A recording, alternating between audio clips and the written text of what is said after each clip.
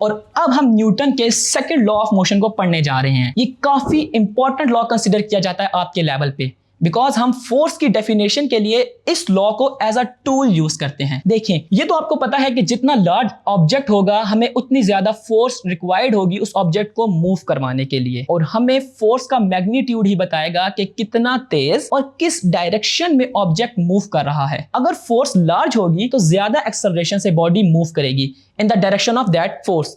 तो इस लॉ को डिफाइन कैसे किया जाता है कि when a net force acts on a body, it produces acceleration in the body in the direction of force, and the magnitude of this acceleration is directly proportional to the net force and inversely proportional to its mass. And जब हम इस sign of proportionality को हटाएंगे तो then हम constant of proportionality k लगाएंगे, and for our simplicity हम इस k की वैल्यू को 1 लिखेंगे। देखिए ये 1 हम क्यों लिखेंगे ये फिलहाल आप छोड़ दें, इसके रीजंस हम अपनी नेक्स्ट क्लासेस में देखेंगे।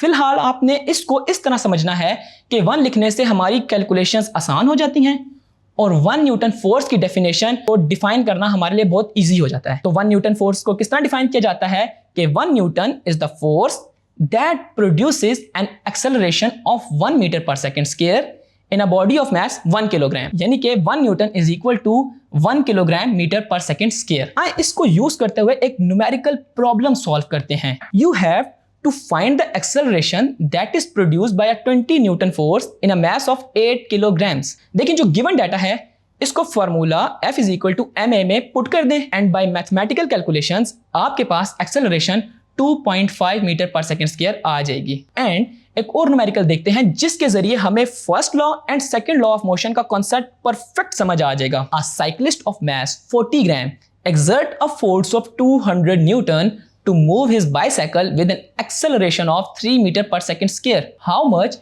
is the force of friction between the road and the tire? देखिए क्वेश्चन बहुत सिंपल है, इसमें अप्लाइड फोर्स गिवन है एंड आपने फ्रिक्शनल फोर्स निकालनी है। हमने अभी फर्स्ट लॉ को पढ़ते वक्त नेट फोर्स का फार्मूला देखा जिसमें हमने कहा कि net force is equal to applied force minus frictional force. Applied force known है एंड हम net force by using second law F is equal to ma से फाइंड कर लेंगे और उसको अभी डिस्कस किए हुए फार्मूले में पुट करेंगे और फ्रिक्शनल फोर्स निकाल लेंगे। That's all.